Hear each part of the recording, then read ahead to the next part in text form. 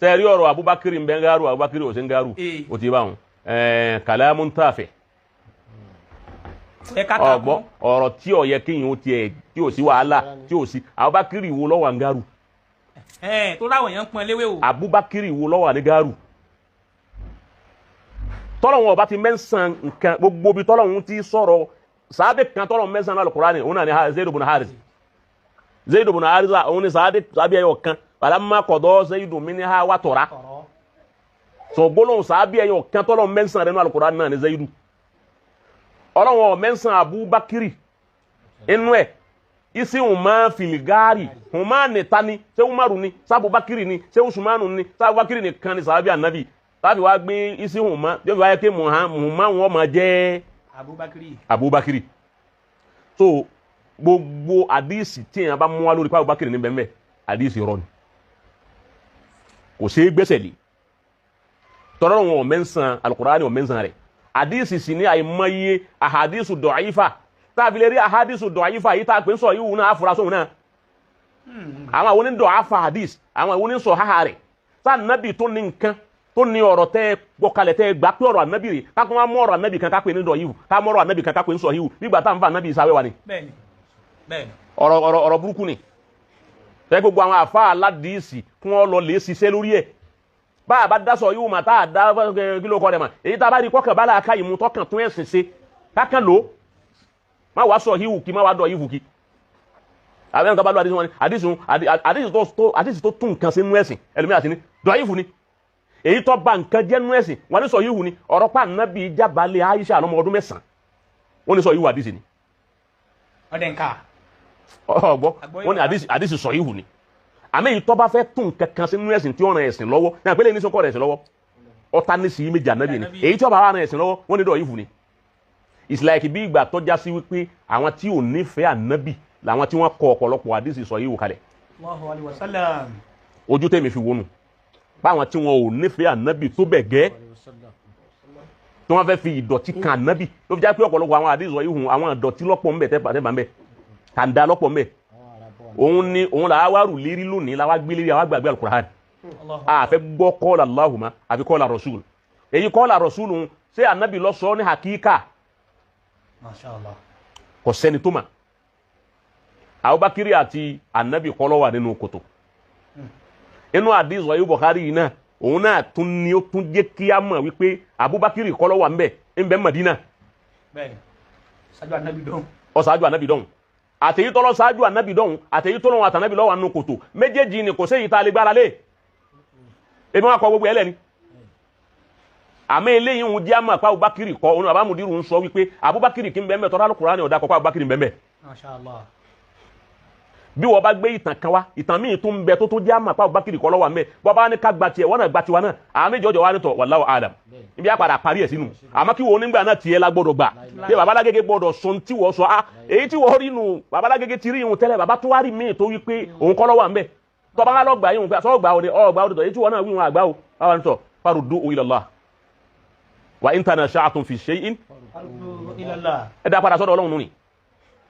èyí wọn wá fa pé a máa wá ṣe pèlè rí pé wọ́n ní Abubakar kọ́ lọ́wọ́ mẹ́ tí ó wọ́n rá Abubakar nínú kòtò ní lọ́mú fọ́tò ẹ̀wá káwò níta lè fi gẹ́ẹ̀tì eléyìí ní sìnkú Abubakar lọ́wọ́ mẹ́ tí ó yanjú ọ̀rọ̀ yìí ni pé ká mú fọ́tò Abubakar wá àti fọ́tò Ànábì inú kòtò ibi wọn sì jọ lúgọ mẹ́ tán jọ wọ bẹ̀ a lè rí Al-Qur'ani tó sì ní nǹkan rẹ̀ ọ̀dàkọ rẹ̀ Al-Qur'ani ọ̀sàdàkọ Muhammadu rí nínú àwọn àyà ọ̀nà márùn ló ti dákọ Muhammad nínú Al-Qur'ani kò sínú ọ̀nà mẹ́rin èyí tó jẹ́ Ahmadu ni ó sì karùn ó di márùn nánu èyí tí ń jẹ́ Ahmadu ló sì karùn ẹ̀ so inú gbogbo ẹ̀ ọba tí ń dákọ̀ Muhammad ìyẹn kìíní gan makana Muhammadu ìyẹn kìíní gan Muhammadu Rasulullah tí ń dákọ̀ gbogbo ẹ̀ ní ọ̀wá ní sọ pé isi ẹ̀kọ́ máa sọ̀rọ̀ Ànábì bọ̀ ńlám tẹ́ǹsùrú Muhammada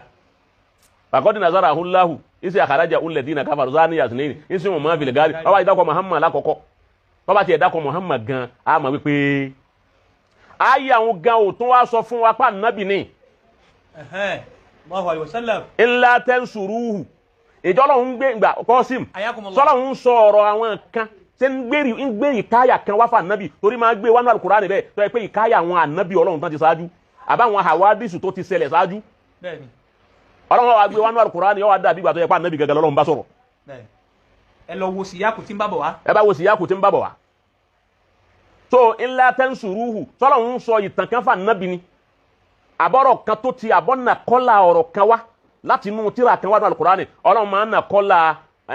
ayé máa ń nà kọ́lá ọ̀rọ̀ wá nínú àtàwúrà sínú alukurani àtàwúrà ń bẹ nínú alukurani injila ń bẹ nínú alukurani sabura ń bẹ nínú alukurani sufi ibrahima ń bẹ nínú alukurani irú èyí tí ń pẹ́ bal tusiruna al-hayata dunya wal akhiratu khayrun wa abqa inna hadha lafi suhufil ula suhufi ibrahima wa musa bal tusiruna al-hayata dunya ayé nìkan òun lẹ gbámú rántí ọ̀run má wal akhiratu khayrun wa abqa alkiyama yẹn ilé gbẹ̀yìn òun ló lóore ní ọ̀sẹ̀ kù ọlọ́run ní ẹwu ọ̀rọ̀ méjì tọ́lọ́run sọ yìí tó fi challenge kìí sàwọn àlùmọ̀ àwọn àlùmọ̀ nábì kọ́ ni ọlọ́run kọ́kọ́ lo ọ̀rọ̀ òun fún ó ti lò nù suhufi Ibrahima wa Musa inna hadha ẹ̀wọ̀n nǹkan ọ̀rọ̀ tí mo sọ yìí láfi suhufil ula bí ṣe ń bẹnu tíra tó ṣáájú nìyẹn Ibrahima wa Musa bal tusiruna al-hayata dunya yẹn ọ̀rọ̀ tọ́lọ́hun ti sọ sínú síra àtàwúrà àti sùúfù Ibrahima tó ti wà ń bẹ̀ lọ́lọ́hun gbé wá lódìdí wánú alukurani ni látún fa fi ṣe wá sí fún àwọn àlùmọ̀ nábì àmọ́ kìí ṣe èdè Lárúbáwá lọ́lọ́hun fi sọ kalẹ̀ ń bẹ̀ ọ wá gbé wá ọ jáde padà lédè Lárúbáwá lẹ́nu ànábì Muhammad sallallahu alaihi wasallam tó lẹ́fì máa wí pé ìmọ̀ àṣẹlẹ̀ bẹ́ẹ̀ tọ́jà ọ̀dà nígbà tó ní bal tusiruna al-hayata dunya ta ni ń bá wí. jámùsì ni sáwọn àlùmọ̀ nábì ni ń bá wí ni àbọ̀kàn gbé ọ̀rọ̀ ń wá láti fi rán ànábì létí pé tí mo fi sọ fáwọn tọ̀hún rè ṣe máa wípé odidi mọ̀ọ́dú kan nìyẹn lọ́tọ̀ fún rẹ̀ so òun ni a fi sọ wípé ẹnìkan ò lè sọ pé ànábì ni izehun mọ́ bilgad ẹnìkan ò lè sọ pé ànábì ni torí kò sí tọ́ lápẹ̀yàn nínú Al-Qur'ani nípa ànábì lónìí àyà pé ànábì lọ́lọ́rọ̀ pé òun lọ́rọ̀ ń bá wí ṣé kò sí àwọn iṣẹ́ àkàrájà wúlẹ̀ dínà sáni àsìlẹ́ni sáà nábì Musa ṣe wọn ò lè kúrò ní Masari tọ́lọ Madiana sáwọn ṣe kèfèrí kó lè abá nábì Ọlọ́run ní orí ọ̀dà káwálà náà Muhammad ni ọwá kẹni ọwá pẹ̀lú rẹ̀ èyí wọn ni wọ́n ń dààmú wa tá ń dààmú lélẹ́rí eléyìí wọn ò tó jà wọn kálukú kó forí ẹ̀gún bì kan pé wallahu a'lam wallahu a'lam Ọlọ́run nìkan lọ́ba tó mà. àmọ́ má ti mọ́ wa lọ́rùn pé túláàsì o. a gbọ́dọ̀ gbá ọwọ́ àtúndúgba ẹni tó bá láwọn kìrìkì mẹ́mbẹ́ mẹ́fà wà káfíìrù káfíìrù bó ni ó ṣe di káfíìrù ní ntọ́ ọkọ táwọn àfáà rẹ kọ tí wọ́n kọ́ kalẹ̀ sínú tíra tọ́wá ní kémi ọ̀tẹ̀ níwọ̀n àtòrí ẹ̀dí kèfèrí èyí tọ́lọ́run gan sọ fún rẹ̀ gan àtòrí ẹ̀dí kèfèrí. Masha Allah. so àwọn yìí ní pàtì kanu lẹ́gbẹ̀ẹ́ kanu ni ẹgbẹ́ ẹlẹ́ẹ̀kejì òun ni wípé sáré bá ń kíní tí mo kọ fún ọ yìí nípa ọ̀rọ̀ aládìsí dé gan fún rẹ̀. faqad ikhtalafa as-sahabatu radiyallahu